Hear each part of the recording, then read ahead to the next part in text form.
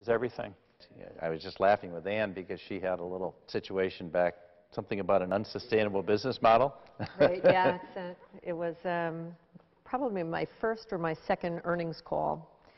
And, you know, the investor relations people and the PR people are crawling through every word and saying, you can't say that, you can't say that. I'm like, hey, you know what? People need to hear that we get it, that we understand the seriousness of the problem. So I went on during the earnings call to say that we had, that I got it, I understood we had an unsustainable business model, and here's what we were going to do to address it. And of course, the headlines the next day, CEO says, unsustainable business model. The stock dropped by 45% overnight. It was just extraordinary. And you recognize, obviously, the importance of, you know, but the reality was... Did you think you should have been less candid? You know, I certainly learned to respect, though, what the PR and the investor relations people were telling me. Felt a little like Fritz Mondale. Exactly, right? Exactly. And the fact is that, you know, you have a responsibility to shareholders to be a little bit smarter and not to, you know, not to hand sound bites out, to be careful about how you say things. At the end of the day, it was the truth. It was the right thing to say. And quite frankly, you know, I think whatever happens in a quarter, when it's that dramatic, you know, it comes back over time. Value gets recreated. So it's never, you know, a permanent drop, but it was painful. And there are a lot of issues. Have you found, because Bill, you talk a lot about the contrast between Wall Street and other, and I feel like we can have some influence on who our investors are. And over time, absolutely, if you're straight and you tell them you're going to have to raise taxes, and they don't like it, over time that there's a different class of investor that comes in, and you may lose the hedge funds, you may lose, and so it gets easier, I think, in some ways, if you just start on that trend and stick with it. If you can survive, yes. The first wave. Yes, yes. Yeah. Yes. And I think that's David, do you see something back there?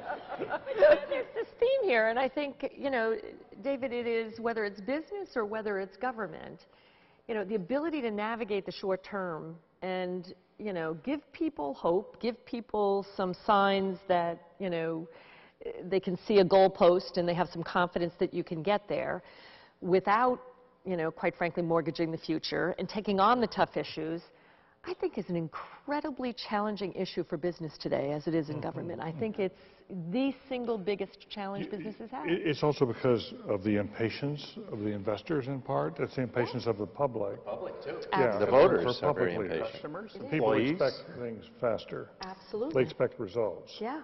And But don't you think we're going to have to reset? Because the growth in a deleveraged world, we're going to have to all evaluate our business models. You know, a lot of business models aren't going to continue to be sustainable. We're going to have to decide. You wouldn't want to talk about yours in those terms, right? I would absolutely talk about ours. You know, when and how people are going to start traveling again. You know, certainly over history, there's a huge desire to travel. There's a desire to sell face-to-face. There's a desire to see new places. So the resilience there is important. But at the same time, you know, we have looked at every piece of our business. We've re-engineered every piece that we can possibly re-engineer. We're looking at areas that might be better in someone else's hands than our own. It is a time to evaluate a portfolio. But to come back to Bill's point about joblessness, you talked about a crisis among your customers, which was quite interesting. You three are all sort of actively in there on business now. Do we face a potential jobs crisis that's sort of chronic over time, the creation of jobs? I think it's a potential. I really, the kinds of reengineering that we're doing, we have certain areas where, of course, we'll bring people back in as we start to feel the demand increase. But we've also taken steps out of our processes, and we've done some trade-off with technology.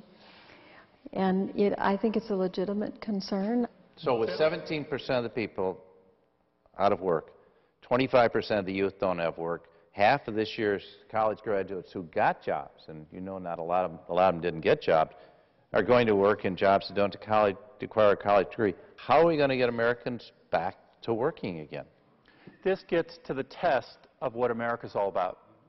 And because I think it's interesting, if you look back in the last 15 years, guess what percent of new job creation small businesses have created in the last 15 years? Yes? 70. 70% of new job creation in the last 15 years. All the focus is going to big business. And the reality is, large business is not going to be creating jobs in the United States in the next 10 years. Yeah, absolutely. It's not saying it's all going to go away, but there's not going to be massive, I don't believe, massive large job creation from large banks or manufacturing organizations or even technology companies. Yeah. But technology enables the entrepreneurial creative instinct of Americans to do things that never could be done before. And I mean, I've just been so humbled by seeing eBay sellers. Again, it could be a laid-off eBay employee or Xerox employee or Carlson employee. I'll take an example, the kinds of things. I